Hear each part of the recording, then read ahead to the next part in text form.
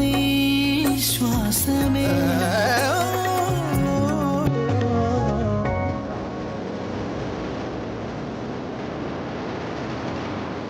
എന്തിനാണോ ഇയാൾ എൻ്റെ ഇട്ടിങ്ങനെ ഓടിക്കുന്നത്?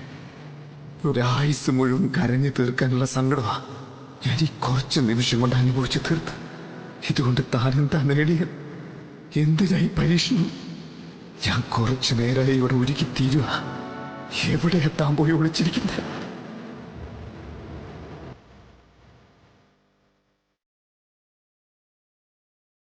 എവിടെയാണെങ്കിലും ഒന്ന് ജീവനോടെ ഉണ്ടെന്ന് അറിഞ്ഞാൽ മതി.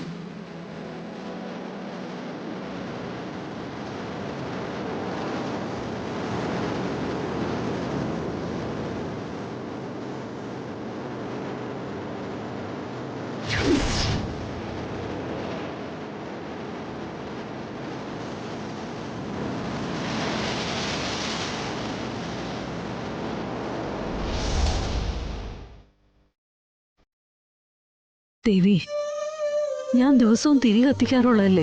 ദിവസവും എന്റെ കുട്ടിക്ക് വേണ്ടി പ്രാർത്ഥിക്കാറുള്ളതല്ലേ? എന്നിട്ട് എന്താ എന്റെ കുട്ടിക്ക് സംഭവിച്ചത്?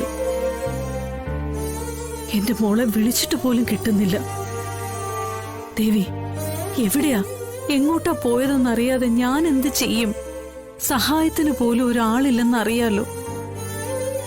പിന്നെ എന്തിനാ എന്നെ ഇട്ടിങ്ങനെ തീ തീറ്റിക്കുന്നത്? ഈ രാത്രിയില് ഞാനിത് എവിടെ പോയി നോക്കാനാ? ആകെ ഒരു സഹായത്തിന് വരുന്നത് വിഷ്ണുവാ. ആ വിഷ്ണുവിനെ കുറിച്ച് ഒരു അറിവുമില്ല. ഇനി വിഷ്ണു ശാലിനിയെ തിരക്കി നടക്കുവാണോ? ഒരു ആശ്രയവും ഇല്ലാതെ അവിടുത്തെ മുന്നിൽ നിന്ന് കരയാനല്ലേ എനിക്ക് കഴിയൂ? സങ്കടങ്ങൾ കണ്ടാൽ അലിയുന്ന ആളല്ലേ? കണ്ണീര് കണ്ടാൽ ആശ്വസിപ്പിക്കുന്ന ആളല്ലേ? എന്നിട്ടും എന്തിനാ ദേവി എന്നെ മാത്രം ഇങ്ങനെ സങ്കടപ്പെടുത്തുന്നത്?